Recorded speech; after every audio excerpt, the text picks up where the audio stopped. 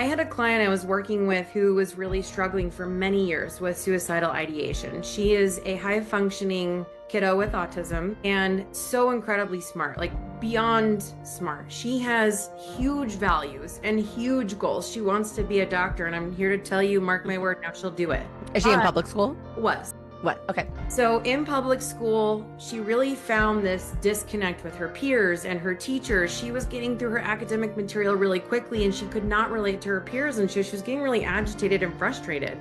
She couldn't stand to be around her peers. She's kind of an old soul, if you will, and so you think about high school kids and not having anything in common and feeling this huge disconnect. And it's a pattern I've seen time and time again with highly functioning teens with an autism diagnosis, is really trying to find this sense of belonging where you can feel safe and connected, even if you come from a great family.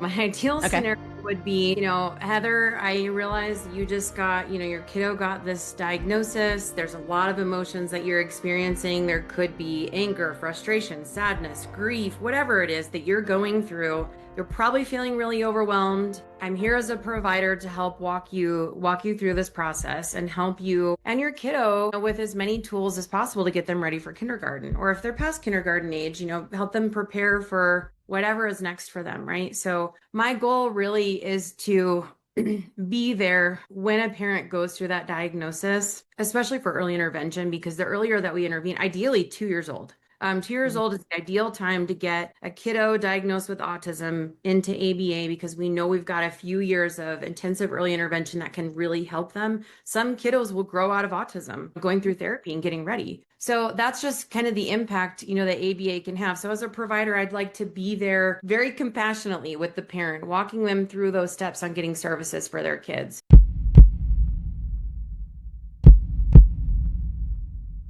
Yeah, this is just a small mini book and journal for moms really feeling the feels. I turned 40 last year, and it's my goal now to live life authentically and just kind of be really present with people as they are and what they need. And particularly the transition from one kid to two and God forbid, my kids are typically developing. My son does have ADHD, but that transition was so difficult. And so I just put it all out there. Say the things that are hard. It's okay. You're human. Everybody feels that way. What Facebook tells you, Instagram, whatever, social media, that is not real life. A lot of times we're all going through it, and it's okay to need a break from your kids. It's okay to, feel like you don't want to be around. There's just so many things, right? I'm just here to keep it real. And so that's what that book is.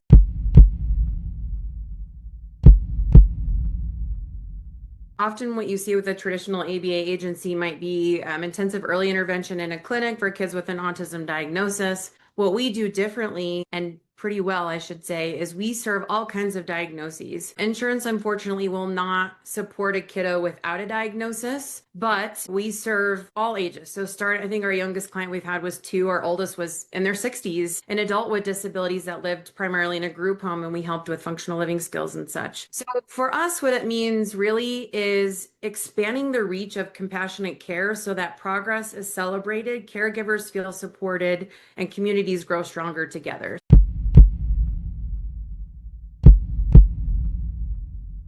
They bring in their commercial rules, and commercial rules in ABA have always been very different from Medicaid rules. Medicaid has been a little bit more flexible, I've found, for access to care purposes. But when a commercial company takes over in Arizona, they're supposed to go by the Medicaid rules with the MCO, and they're not supposed to take the commercial rules. But that's also not what's happening. So if you have a client who has this particular insurance plan different from the other insurance plan I was just talking about, and they do not have an autism diagnosis, but you believe they would benefit and it would be medically necessary to receive applied behavior analysis therapy, they're getting denied because they don't have an autism diagnosis. Wow.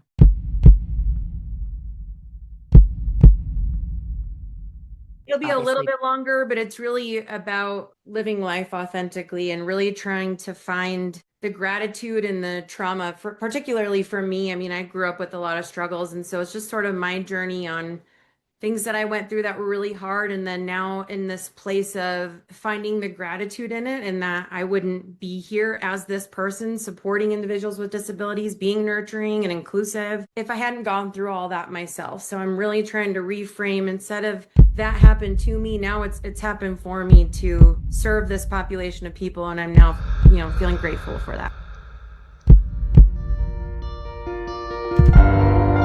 Thanks for joining us on the Healthcare Uprising. Make sure to hit those like and subscribe buttons before you go, and take a moment to think of a friend and hit that share button. You can find us on all the major audio platforms, and we've got video on YouTube if you want to watch us in action. You can also find us on social media on LinkedIn, TikTok, and Instagram. Just search Healthcare Uprising to find us. And if you're a new company with a cool new product, if you're someone innovating alternative methods for the health and wellness space, or if you have a personal healthcare journey you'd like to share with us here at The Uprising, please email us at healthcareuprising@gmail.com, and we'll get back to you about coming on the show. Well, that's all for this dose of Healthcare Uprising.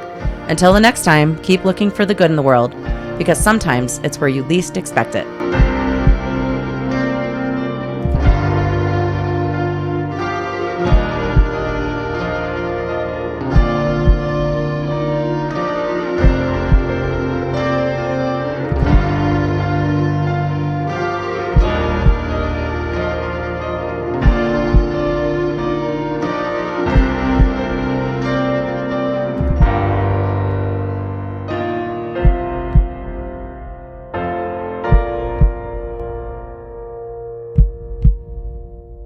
We are not doctors and we don't play one on TV. If you need medical advice, consult with your physician or a healthcare professional. This has been a Shut Up production. Shut up!